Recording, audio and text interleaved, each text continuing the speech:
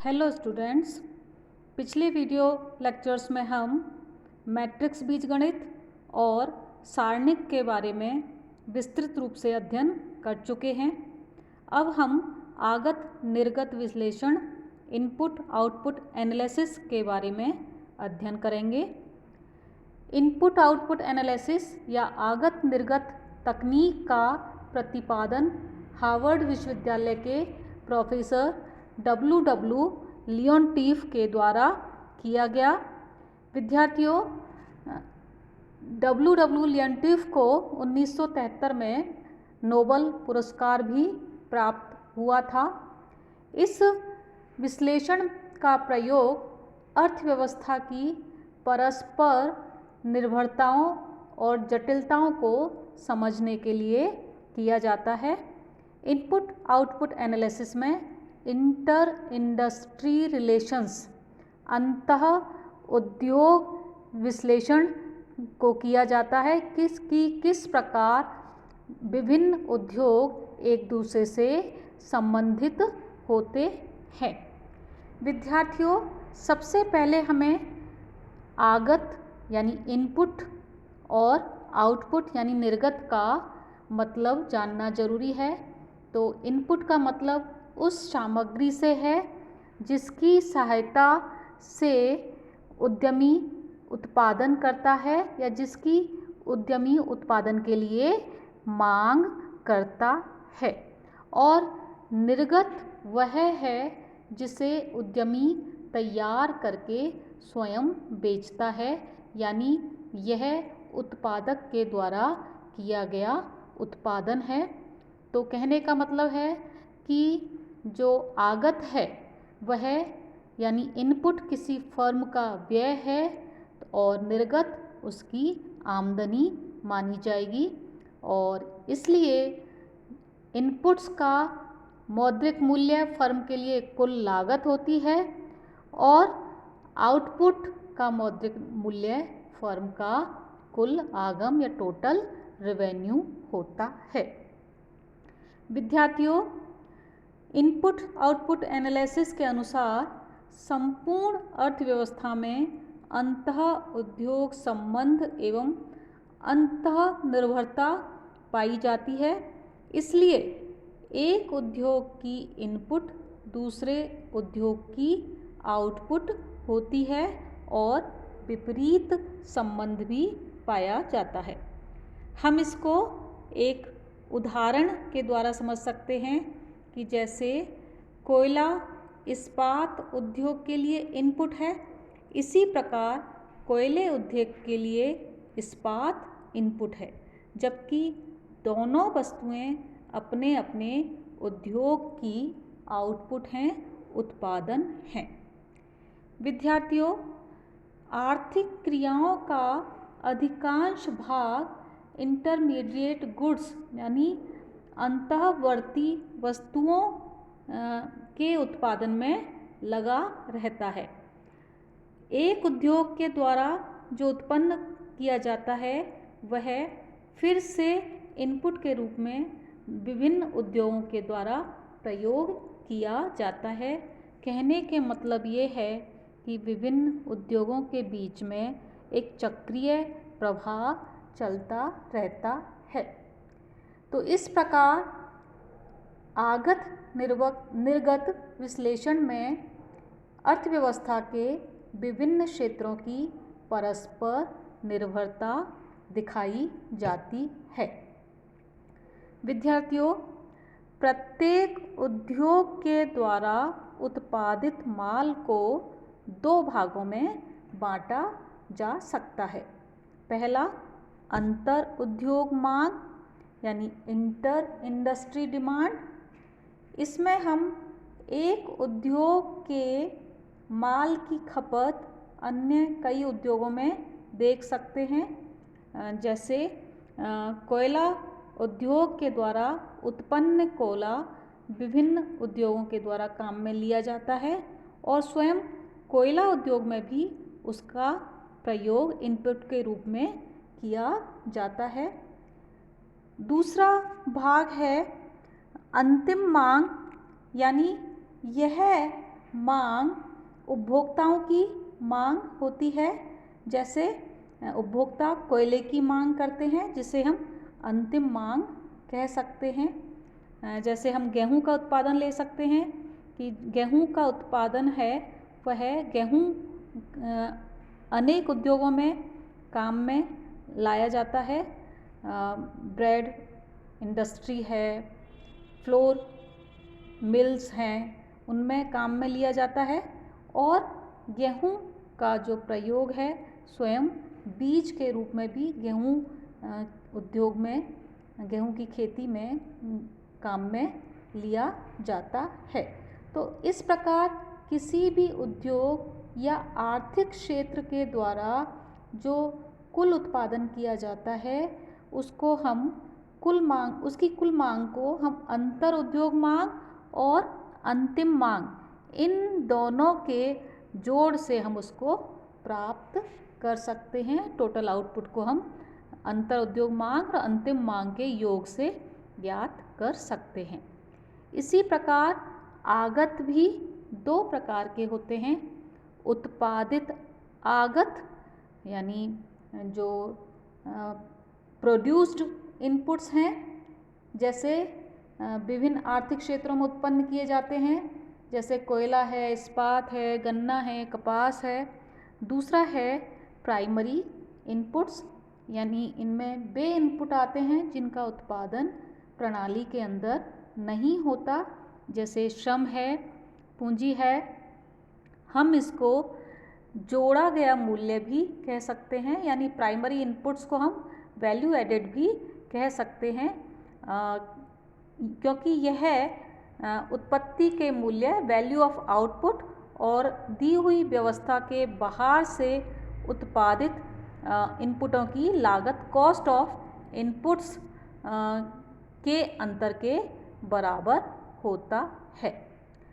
तो इस प्रकार एक दिए हुए क्षेत्र में प्राइमरी इनपुट्स का कुल उपयोग उस क्षेत्र में जोड़े गए मूल्य का, वैल्यू एडिशन का सूचक होता है। विद्यार्थियों, आगत निर्गत विश्लेषण की मुख्य विशेषताओं की यदि हम बात करें तो इसकी मुख्य विशेषताओं को हम W.J. बॉमोल के इस कथन के द्वारा हम व्यक्त कर सकते हैं कि input output analysis is the name given to the attempt to take account of general equilibrium phenomena in the empirical analysis of production। यानी आगत निर्गत विश्लेषण है।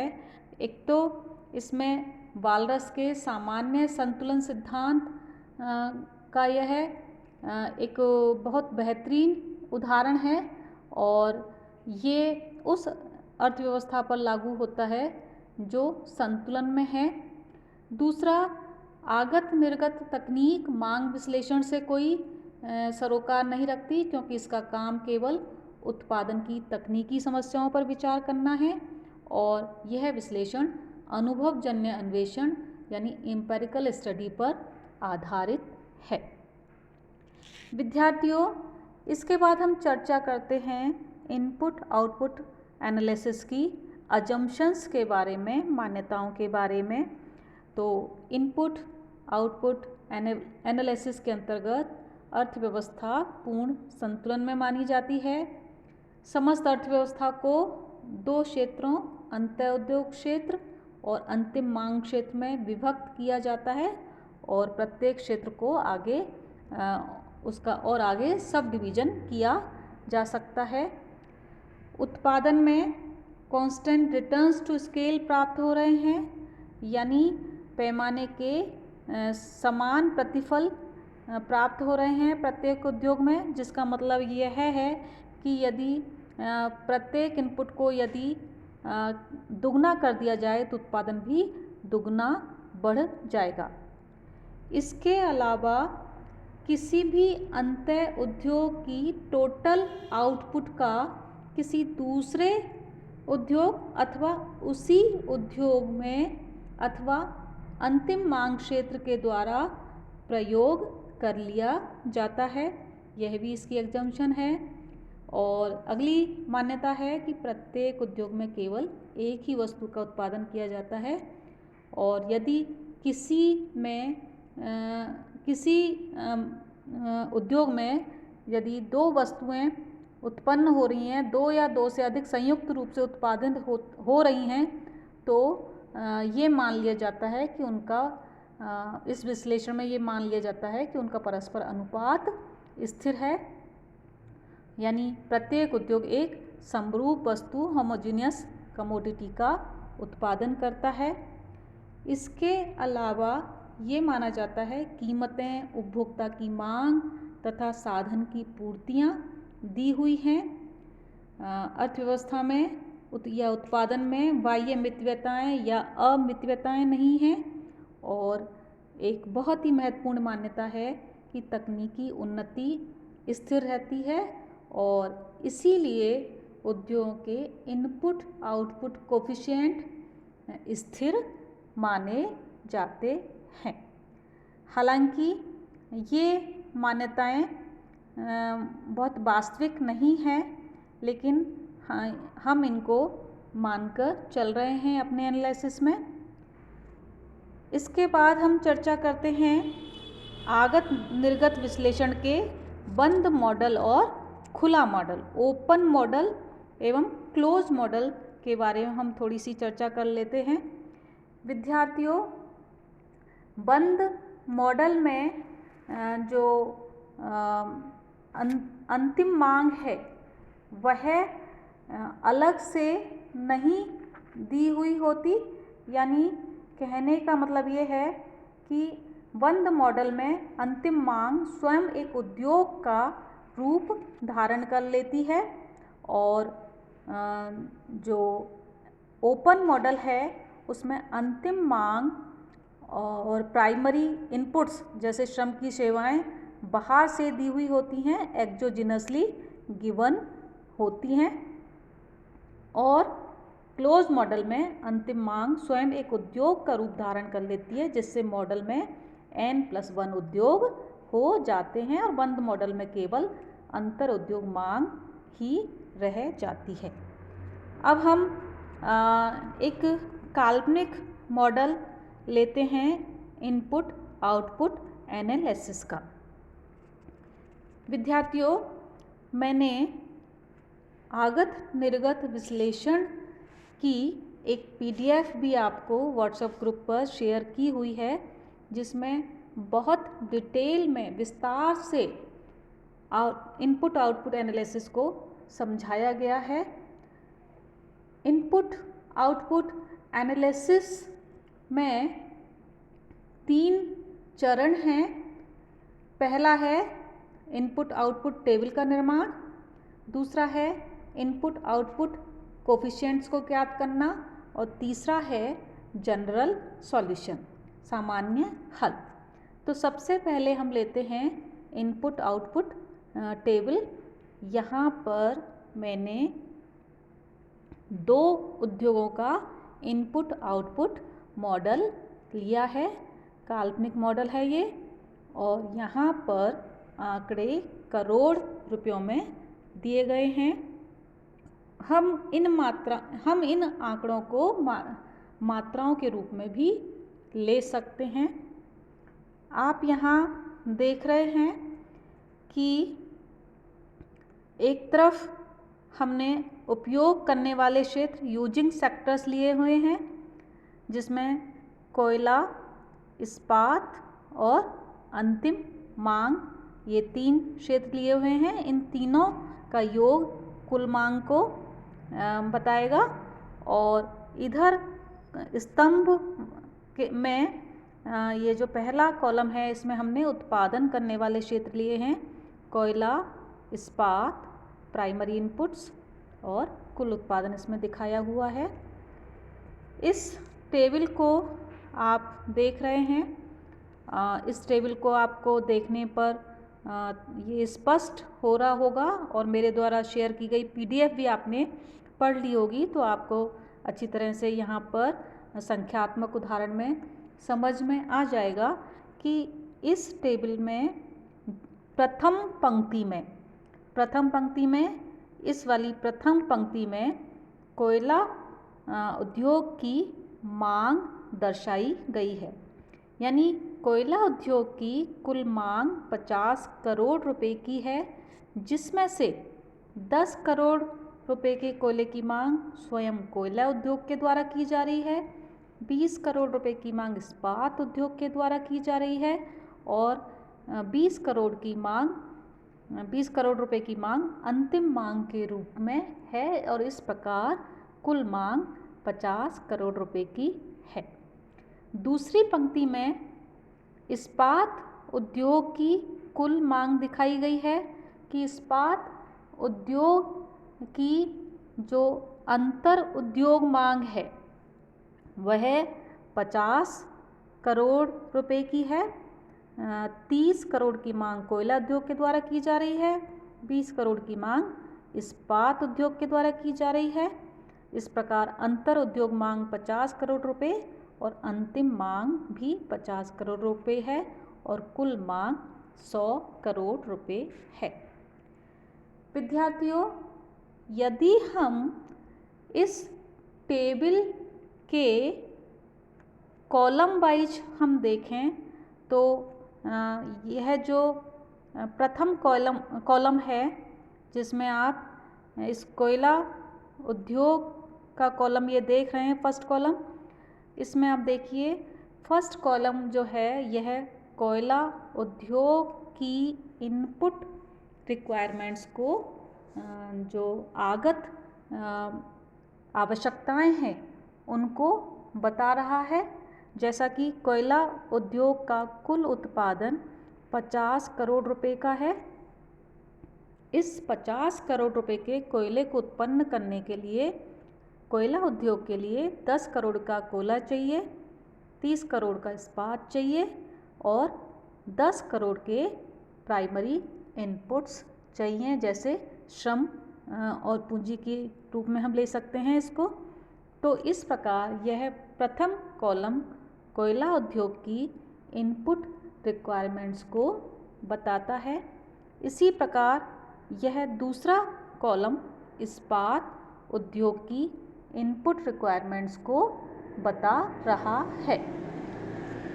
तो इस आगत निर्गत तालिका से हम कई बातें देख सकते हैं कि आगत निर्गत तालिका की जो पंक्तियां हैं वह उस उद्योग की कुल मांग को व्यक्त करती हैं, पहली बात तो। और दूसरी बात ये कि जो कॉलम है वह उस उद्योग के इनपुट रिक्वायरमेंट्स को व्यक्त करता है। और तीसरी बात यह है कि यहाँ पर प्रथम पंक्ति का योग प्रथम कॉलम के योग के बराबर है। आप यहाँ देख सकते हैं कोयला उद्योग के लिए कि कोयला उद्योग की कुल मांग 50 करोड़ रुपए की है और कोयला उद्योग का कुल उत्पादन भी 50 करोड़ रुपए का है। इसी प्रकार आप देख सकते हैं कि कुल अंतिम मांग 70 करोड़ रुपए की है, तो प्राइमरी इनपुट्स का जो मांग है वह भी 70 करोड़ रुपए की है। यानी कि श्रम, भूमि आदि के लिए कुल भुगतान 70 करोड़ रुपए का है। तो इस प्रकार इनपुट आउटपुट टेबल से हम यह ज्ञात कर सकते हैं। जैसा कि मैंने बताया कि प्राइमरी इनपुट्स का उत्पादन प्रणाली के अंदर नहीं होता है और जो ये अंतिम मांग है, जो फाइनल डिमांड है, वह जो उत्पादित वस्तुएं हैं उनके फाइनल कंजम्पशन को, अंतिम उपभोग व्यय को व्यक्त करती है, चाहे वह हाउस होल्ड्स के द्वारा किया जाए, गवर्नमेंट के द्वारा किया जाए या वह ग्रॉस डोमेस्टिक इन्वेस्टमेंट के रूप में किया जाए या एक्सपोर्ट के रूप में किया जाए। तो यहाँ पर हम इनपुट आउटपुट टेबल को आपने देखा, आपको अच्छी तरह से ये सारे रिलेशंस समझ में आ गए होंगे। विद्यार्थियों, इनपुट आउटपुट टेबल के माध्यम से हम अर्थव्यवस्था के बीच में मांग और पूर्ति के बीच की संतुलन स्थितियों को हम व्यक्त कर सकते हैं। इसके बाद हम लेते हैं तकनीकी गुणांक। विद्यार्थियों, इनपुट आउटपुट टेबल से हम तकनीकी गुणांकों की गणना कर सकते हैं। जो पिछली वाली टेबल थी उससे हमने गणना करके तकनीकी गुणांक निकाले हैं। पिछली टेबल में हमने देखा था कि कोयला उद्योग का कुल उत्पादन 50 करोड़ रुपए का था और स्वयं कोयला उद्योग के लिए जो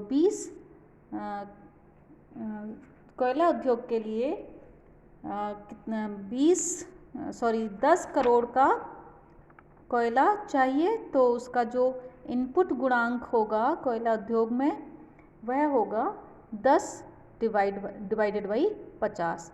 यानी कहने का मतलब ये है कि हम यदि कोयला उद्योग की इनपुट रिक्वायरमेंट्स को देखें और हम इसका तकनीकी गुणांक निकालें तो कोयला उद्योग का जो कुल उत्पादन है उसको हम देखेंगे और उसकी इनपुट रिक्वायरमेंट्स कितनी हैं हम उसको देखेंगे। तो कोयला उद्योग के लिए कोयले की इनपुट का गुणांक 10/50 इक्वल टू 0.2 होगा और इस्पात की इनपुट का गुणांक 30/50, क्योंकि 50 करोड़ रुपए का कोयला उत्पन्न करने के लिए 30 करोड़ का इस्पात चाहिए, तो इसलिए इस्पात की इनपुट का गुणांक होगा 30/50, दैट इज इक्वल टू 0.6। और जो प्राइमरी इनपुट है जोड़ा गया मूल्य है, जैसा कि आपने पिछली टेबल में देखा कि कोयला उद्योग के लिए प्राइमरी इनपुट्स के रूप में 10 करोड़ रुपए की प्राइमरी इनपुट्स चाहिए, तो प्राइमरी इनपुट्स का तकनीकी गुणांक होगा 0.2। तो इस प्रकार हम तकनीकी गुणांक निकाल सकते हैं। इसी प्रकार इस्पात उद्योग के लिए तकनीकी गुणांक निकाले गए हैं दूसरे कॉलम में, और हमने देखा कि इस्पात इंडस्ट्री का जो कुल उत्पादन था वह 100 करोड़ रुपए का था, जिसमें से 100 करोड़ का इस्पात उत्पन्न करने के लिए इस्पात उद्योग को 20 करोड़ का इस्पात चाहिए था, 20 करोड़ का कोयला चाहिए था और 60 करोड़ के प्राइमरी इनपुट्स चाहिए थे। तो इसलिए इस्पात उद्योग में तकनीकी गुणांक जो होगा वह 0.2 और 0.6 के रूप में होगा। तो इस प्रकार हम इनपुट आउटपुट टेबल से तकनीकी गुणांक ज्ञात कर सकते हैं।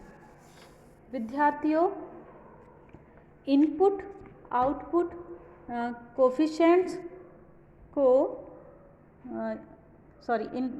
जो तकनीकी गुणांक हैं उनकी कैलकुलेशन को हम इस प्रकार कर सकते हैं। AIJ equal to XIJ divided by XJ।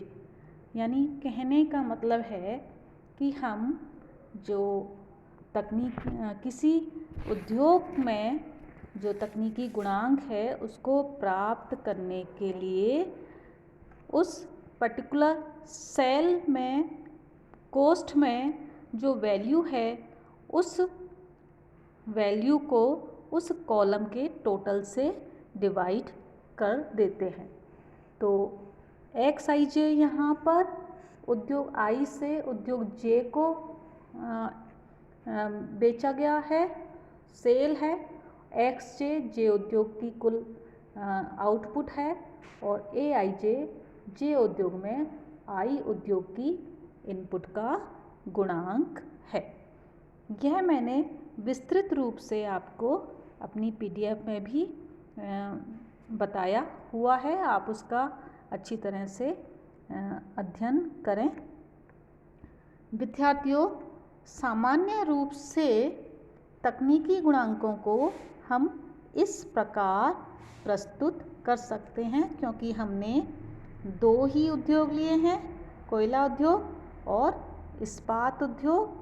तो यहाँ पर हम 2/2 के रूप में हमारे तकनीकी गुणांक दिए हुए हैं और ये हम इनको इस प्रकार लिख सकते हैं A11, A12 और A21, A22। यहाँ पर A11 का मतलब है उद्योग संख्या 1 में उद्योग संख्या 1 की इनपुट का गुणांक। इसी प्रकार A12 का मतलब है उद्योग संख्या 2 में उद्योग संख्या 1 का जो आउटपुट है उसका गुणांक। कहने का मतलब है हम इसको सिंपली AIJ के रूप में व्यक्त करते हैं और AIJ का मतलब है J उद्योग में I उद्योग की इनपुट का गुणांक। तो इस प्रकार हम तकनीकी गुणांकों को प्रस्तुत कर सकते हैं। जैसे हम यहाँ पर देख सकते हैं A12 बता रहा है कि इस्पात उद्योग में उत्पादन के लिए जो कोयला चाहिए, यानी इस्पात उद्योग में कोयले की मांग है, तो वह कोयले की मांग इस्पात उद्योग में एक इकाई उत्पन्न करने के लिए कितना कोयला चाहिए। मान लीजिए ये A12.2 है, तो जिसका मतलब होगा कि इस्पात उद्योग में एक इकाई उत्पन्न करने के लिए 0.2 इकाई कोयले की आवश्यकता होगी। तो इस प्रकार हम तकनीकी गुणांकों को देख सकते हैं, उनका एनालिसिस कर सकते हैं। और अभी के लिए इतना ही काफ़ी है। अगले वीडियो लेक्चर में हम इसको आगे निरंतर जारी रखेंगे। मैं समझती हूँ आपको यह समझ में आ गया होगा। Thank you.